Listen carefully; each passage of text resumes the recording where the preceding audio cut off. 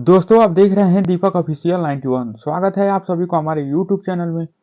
तो दोस्तों खेसारी लाल यादव का एक और होली गाने का पोस्टर आ चुका है, आप लोग देख सकते हैं।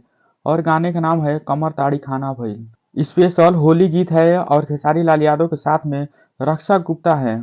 और इस गाने को सुबह 6 बजे सुजाय म्यूजिक वर्ल्ड पर रिलीज किया जाएगा।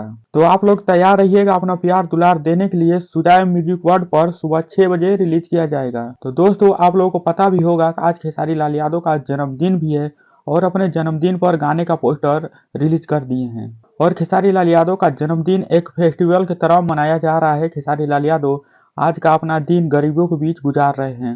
बनारस के वृद्धाश्रमों में गरीबों को खाना खिला रहे हैं, कपड़े बांट रहे हैं। तो दोस्तों हर साल खेसारी लाल यादव अपने जन्मदिन पर गरीबों को मदद करते ही रहते हैं। कपड़ा खाना जो भी हो सकता है वो मदद करते ही रहते हैं। तो दोस्तों जैसे खेसारी लाल यादव गरीबों को मदद करते रहते हैं, वैसे आप लोग भी इनको गाने को ऐसे ही प्यार दुलार देते रहिए।